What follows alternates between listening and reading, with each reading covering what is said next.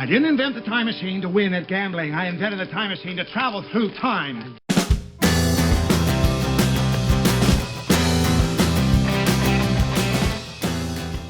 Welcome back to my channel. Thanks for tuning in, and big thanks to any of the subscribers that have subscribed to the channel. This is a sequel to a video I did about 18 months ago. I did a video which was 10 recommended time travel stories, and I really like the video. Those 10 stories are absolutely amazing, and they were very deliberate recommendations. And this time I've spent the time since then reading some books and dropping some out, thinking, oh, I won't include that in the next video, and keeping some safe for when I did want to use them. And I wanted to do another one. I wanted to do another 10 recommended time travel stories. And for this one, I've picked some quite new ones as well. So there's at least 3, I think, that are from 2019. So that's kind of interesting. But the first video I did, that first one from that 18 months ago or whatever, that's got some of the classics in there. So Mark Twain is mentioned, Ray Bradbury, Stephen King, Connie Willis, H.G. Wells, Michael Moorcock, Claire North, Blake Crouch, Ted Chiang, and Jodie Taylor, because of the Chronicles of St. Mary series, which is brilliant. It's a lot of fun. So those were the people that I mentioned in that first video, and please go and watch it. I'll link it below, but it'll also appear at the end of the video as well as the sort of thing something you can click on. But that's got some of the classic ones like the H.G. Wells and the Mark Twain, and they are great stories. But I wanted to look at some more. What I also want to do, hopefully in about a year's time, maybe a little bit before that, maybe 9 months' time or something, is to do another video where I just try and cover a general sort of top 30 or something, which is because I've got loads of other ones I want to read first before I come up with that kind of thing. So I'll show you those ideas at the end of the video. So let's get on with these new recommendations. So those are the ones I recommended before. These ones, like I said, there's some short stories and some novels here, but I'm going to start with one of the new ones, Before the Coffee Goes Cold. Before the Coffee Gets Cold. It's by Toshikazu Kawaguchi, and as I said, it's from 2019. It's a really interesting, different take on time travel. It is time travel, but it's with lots of rules in it. So this is about a cafe in Tokyo. There's this sort of urban legend connected to it, this idea that you can time travel in the cafe. And this first character, as you're introduced to the concept, discovers that it's real, that it's not just an urban legend and it's an actual thing. And then he finds out from the staff about the rules of the cafe and the rules of the time travel. I should say first that this is like 4 short stories in the book, and they kind of develop in intensity, but I'll get to that in a minute. So anyway, these rules that this character discovers in this first story is you have to sit on a particular seat to go back in time. The only interaction you're going to have is someone that comes into the cafe at that point, because you can't leave the seat, and you can only go back in time until the time before the coffee goes cold. So if your coffee goes cold and you haven't gone back, then you become like a kind of a ghost figure, and you're kind of trapped. So it's very, very important that you go back to your normal present day before the coffee gets cold. So that's the idea of the rules. Oh, and then another big thing that makes this different to most time travel things, you do this on the understanding that when you go back, you can't change the past. So this is not a time paradox book. This is quite a nice one to start with, because this is not about that. You know, one of the fun things about time travel, which I'll get to in a minute, is that idea that you do change the past and then you got to change it again, and you know, all those different consequences.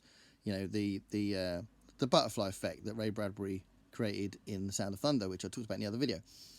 That's not happening here, because you can't change the past.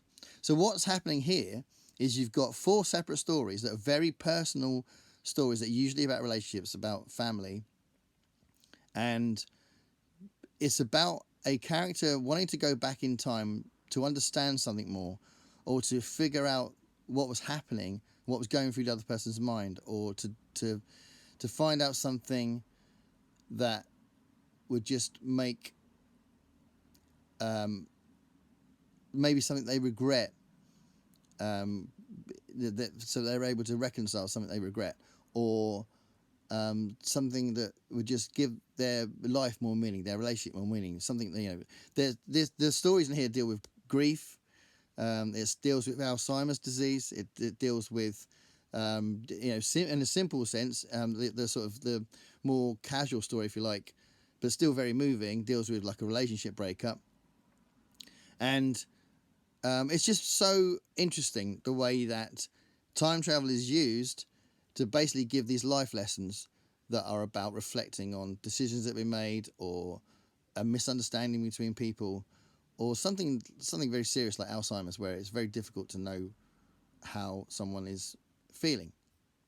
And it's beautifully written. It's very distinctive, actually, because apparently there's a connection to a play. So I think it was either a play, or it was going to be a play, or there was some mention of it. Maybe it was going to be. I'm not sure what the connection is, but the way it's written is like a play. The descriptive elements are very minimal, and it's loads and loads of dialogue, and that does mean the pace is quite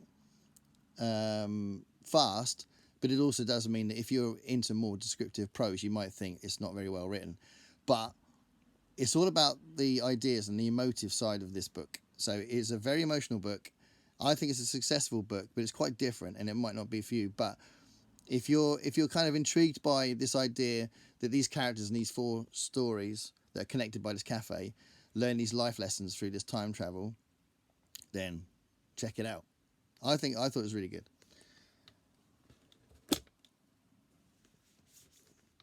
Another one that, again, it's not about the time paradox thing, and I love this. This is really awesome.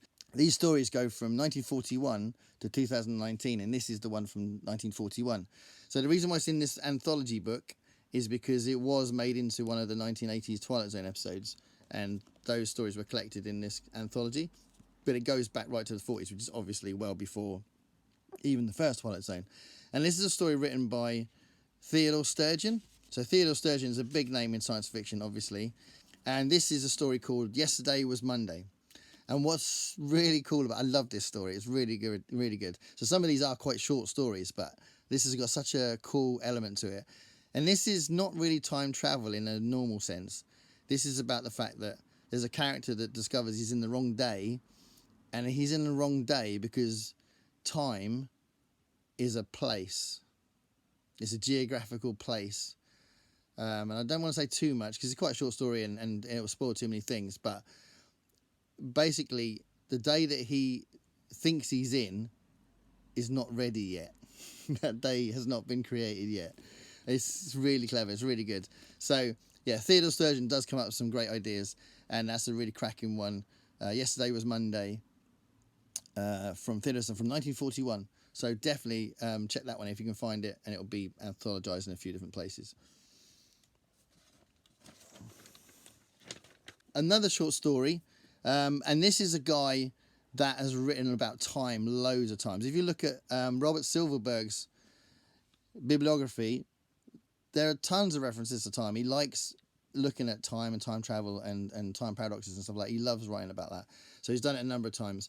And for this video, I've chosen Needle in a Time Stack.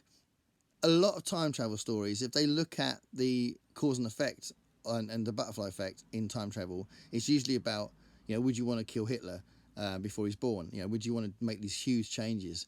And in this story, what is really, really good and fascinating and interesting and quite original, I think, in this one, is that there's a guy that's jealous of this other guy that's married to someone that he wants to be married to, and he keeps going back in time and screwing up their relationship in different ways.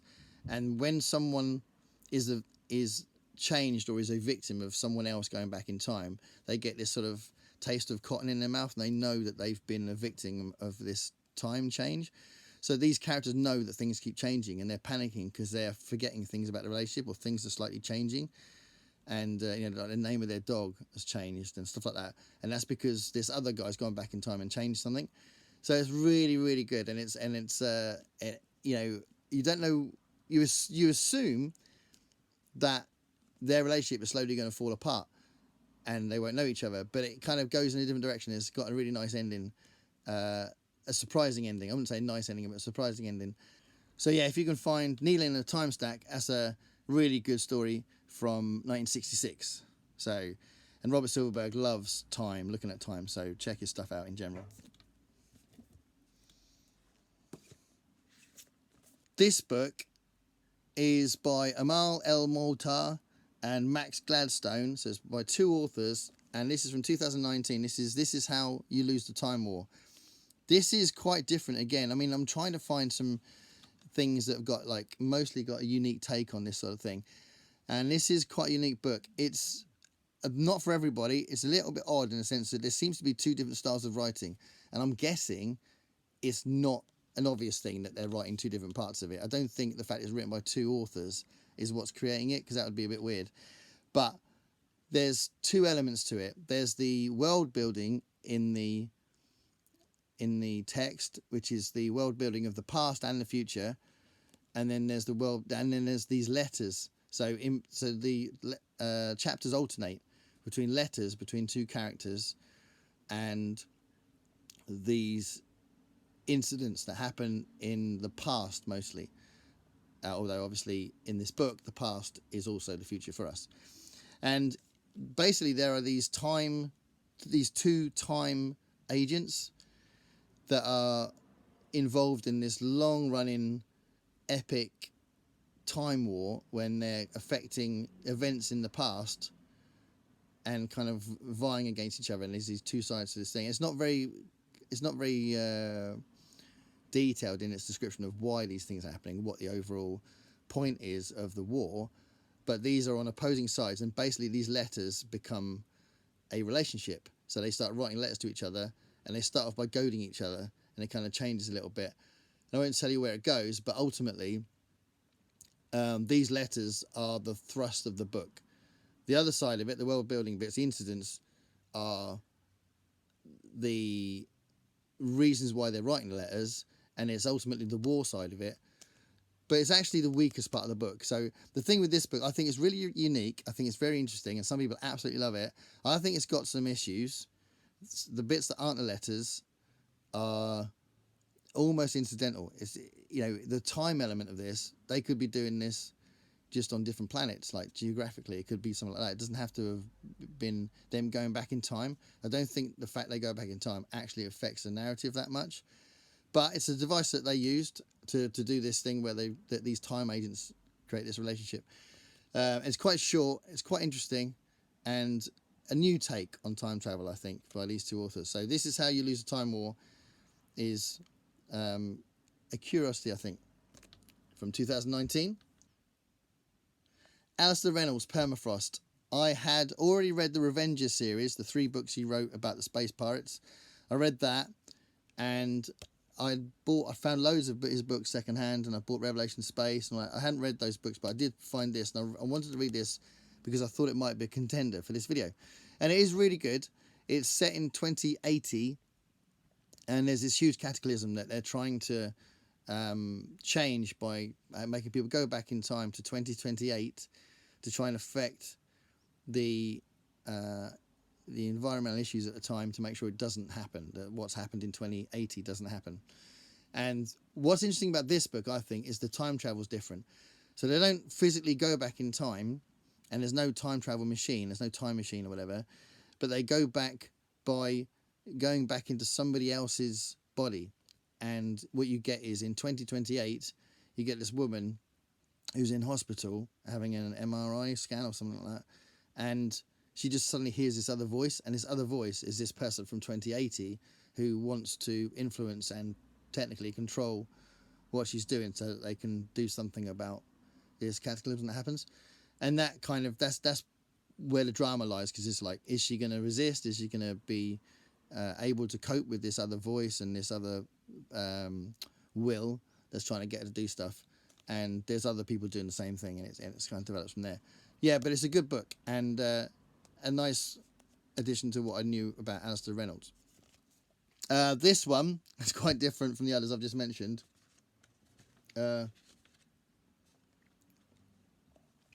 This is from 1968. Harry Harrison and the Technicolor Time Machine. Out of the two covers that I know, this is the most boring cover. There's quite a fun cover that tells you more about what's going on, but this is a bit of a crap cover. But I just I lost my first copy of this, and I had another copy to read for this. And basically, these guys work for a film company. They make films, and there's a big film producer that wants to do something to try and reinvigorate the film company. And someone comes up with the idea, well, I've got this friend who's a scientist and he's got a time machine. I can go back to the Viking era and we can film a film set in the Viking era because we're actually there. And it's slightly comedic. It's not like really funny. It's not kind of crazy farcical funny like the Jodie Taylor books. It's very, it'll kind of make you smile rather than make you laugh. And basically these Vikings are interacting with these modern people who are trying to film them.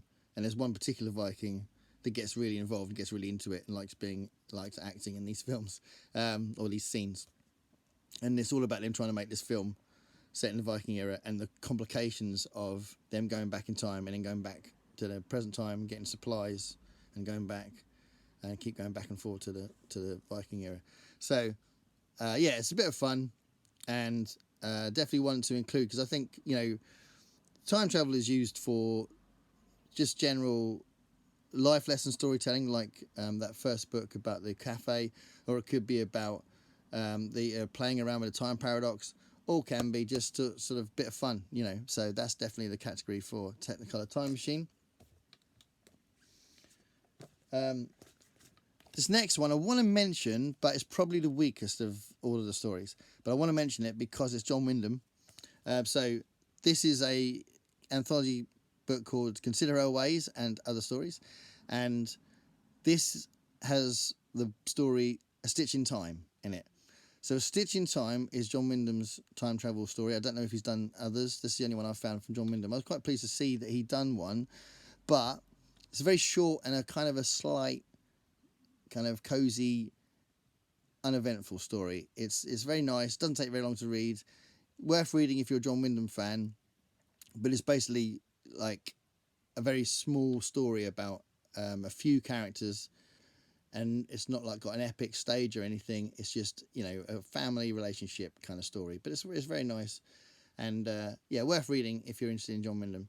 But I've got to say it's the weakest of the 10. But it was nice to see it. And I'm glad I read it. And John Wyndham's awesome. So it's not a bad story because John Wyndham wrote it and he's got a great way of writing. But, for time travel, it's not like, it won't blow you away. So the next one is from 1956 and this is Clifford D. Simak and this is Time and Again. And this is a very interesting story that is based around the cause and effect time paradox kind of thing again. And a man discovers that there are people trying to kill him because in the future he's going to write a book that's going to divide people and it's going to create this conflict, and it's created this division. And some people are trying to save him, some people are trying to kill him, and it's like kind of he writes a religious book, and he becomes a religious leader or a religious influence later on in the future. And the way the book ends is quite cool because it's got that lovely cyclical ending, which works really well. So it works really well with time travel. So this is a good, solid time travel story that's got a good plot about someone being really confused at the beginning about what's going on, and then as it develops, you can see that the characters are kind of piecing it all together, and it's not so random for them, and they know they can manipulate what's happening to them a little bit more. So good story from 1956. I'm leaving the last two till last because those others aren't in order, but these last two just absolutely blew me away. I loved them. So there's David Gerrold and The Man Who Folded Himself. So The Man Who Folded Himself is from 1972, and David Gerrold has written for Star Trek, the original series, and he's written for Babylon 5 as well. So he's got that kind of as far as claim to fame and all that, but this is quite a popular time travel book. It really is really good. It's very short. It rattles along at a very fast pace, and the time machine in this book is actually a belt buckle, which is quite funny. And what's nice about this one, you know, like we all love in Back to the Future, you've got Marty McFly trying not to interact with other versions of himself when he goes back in time. In this one, the character keeps going back in time because he wants to influence past versions of himself, because things keep going wrong, and then things get worse when he changes the past, and it's all that kind of thing, and it just gets more and more complicated. And later on he's saying, I don't even know who I am, what time, I don't know how old I am, I don't know what time I'm in, and he gets more and more confused by it. And it's not like silly, it's just the setup gets complicated for the characters, and what they're trying to do pretty much becomes impossible. So they're trying to sort of cope with that once they get into the idea, because initially he just gets excited about time travel and wants to manipulate the past to benefit from it and get loads of personal gain out of it, and he's just getting more and more deep into the past that he wouldn't want, so he needs to change it. So yeah, really, really fun, good read. The Man Who Folded Himself. I'd read about it and then got it just out of curiosity, and really, really enjoyed it. So definitely recommend this one. And then the last one, which is my favourite of all of those I've mentioned, is Replay by Ken Grimwood. So this is quite a known one, and you can see lots of reviews of this on YouTube. A lot of the others, you can't see reviews of them on YouTube, so that's kind of interesting. So I don't know if people haven't bothered to do it and who've read it, or it's just they're not read much. I don't know.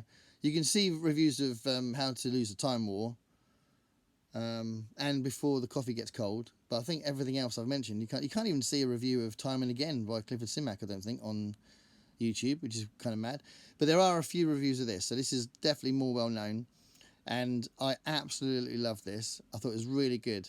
So this is about a character who, when he gets to, I think it's 46, he has a heart attack, and then goes back, and then just suddenly wakes up as like a teenager, but he's got all his memories from that other life, and he's got to live that life again.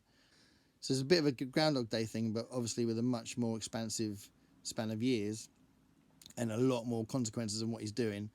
And he meets somebody called Pamela, who's going through the same sort of thing, and there's a really nice, interesting twist about halfway through that changes the direction of the book, and you realise that it's much more hectic what they're going through than it just looks like. Oh, just going to go through that same day over and over again, but the same day. So rather than just going through all these years over and over again, there's something else happening that gets developed later on in the book, and it is really good. I couldn't recommend this enough. One of the interesting things is when he goes back to 1963 first, he starts talking about JFK and knows that he might be able to influence that, and maybe he can stop JFK from being assassinated. And that's what made me wonder about whether or not Stephen King had read this before he started writing the 22/11/63 or 11/22/63. Is it 11/22/63? Don't know, can't remember. But there's a fair bit of JFK stuff in here at the beginning, but it really develops this idea that he tries to take advantage of this problem he's got, and then like just to kind of give you an idea of the tone of the book, when he goes back the second time, there's a huge 20-year period or something where he develops a family and he's got a daughter, and when he goes back to, the second time, he's lost his daughter. She's effectively died. He hasn't got her anymore. She didn't exist, and he's clearly got to grieve for his daughter, and that's really powerful and really good. And that sort of element of the book is explored a lot in there, and it comes back a lot, and it's really good. And it becomes a love story, but a love story with a really interesting twist to it, because it's absolutely steeped in this time travel issue, and it's just really well written, and you do feel for him. It goes in different directions as well, because he has a bit of a decadent period as well. And one of the lives he lives, he just thinks, "Oh, sod it, I'll just do whatever I want." And he lives decadently, but then he realizes that that's only going to last so long, because he's going to have to go back in time again and wake up as a younger man. So yeah, definitely recommend you read this because it's really good. What's interesting as well is that it's a fantasy masterwork, whereas some of these others are SF masterworks. And I think it's because there's no explanation for it. There's no time machine. It just happens. So maybe that's why it's got that fantasy element. But it's definitely a time travel story. But yeah, so Replay, Ken Grimwood, absolutely brilliant. Absolutely brilliant. So, as I said, those are some recommendations. If you do come across these stories or these books, definitely read them. I think they're really good. And if they're not really good, like the John Wyndham one, I'd recommend them just because, you know, John Wyndham writes so beautifully, and it's just they're interesting curiosities as well. So just to kind of give you an idea of what I'll build up to eventually, I want to do this sort of like a general, like more than 10 recommendations, but like a whole big chunk of them. So there's a bunch of books here that I need to read, as well as loads of others that are around. There's so many stories out there. So there's Ben Elton's Time and Time Again, which loads of people recommended to me, but I haven't read that yet. There's a big one here that I think I'm going to really like, No Enemy But Time by Michael Bishop. Tell me if you've read this one. I haven't read this one yet, but this is one I wanted to read for this video, but I didn't get to it. And Matt Haig, I've read a few books of his before. I think I've read 4 of his other books. How to Stop Time. So that would be a quick read, I think, the way Matt Haig writes. There's the big one here, Michael Crichton's Timeline. I've seen the film, but I haven't read this book yet, and that's another one I need to read. This is an interesting one because I've just read another one of her books, and this is The Future of Another Timeline by Annalie Newitz. So that would probably be a good one, I expect. And then I've liked everything I've read so far of Joe Haldeman, and there's The Accidental Time Machine, which again I was in this pool of books I was going to read for this these 10 recommendations.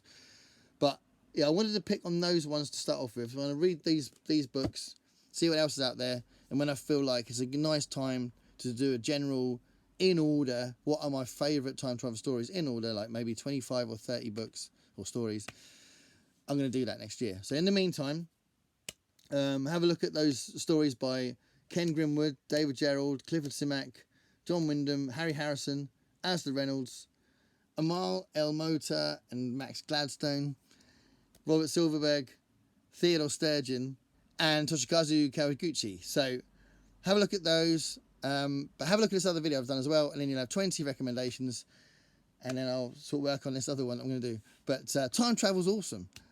You can look at it in a fun way, like Harry Harrison does, and like Jodie Taylor does. You can look at it in a way of looking at how would it affect relationships, like Ted Chiang did in his story, and like you get in Before the Coffee Gets Cold. And you can look at it in a more political sense, the way that you know, Stephen King and Ken Grimwood kind of definitely give you the impression that these big things happen, even if you try and stop them from happening, they just happen, or there's other consequences to it. And the whole time paradox thing about how, you know, that little change can have those other changes. All those things are explored in these great stories. So, yeah, time travel. Let me know what you think about those stories or the other stories or other ones I haven't mentioned. Thanks a lot. Bye.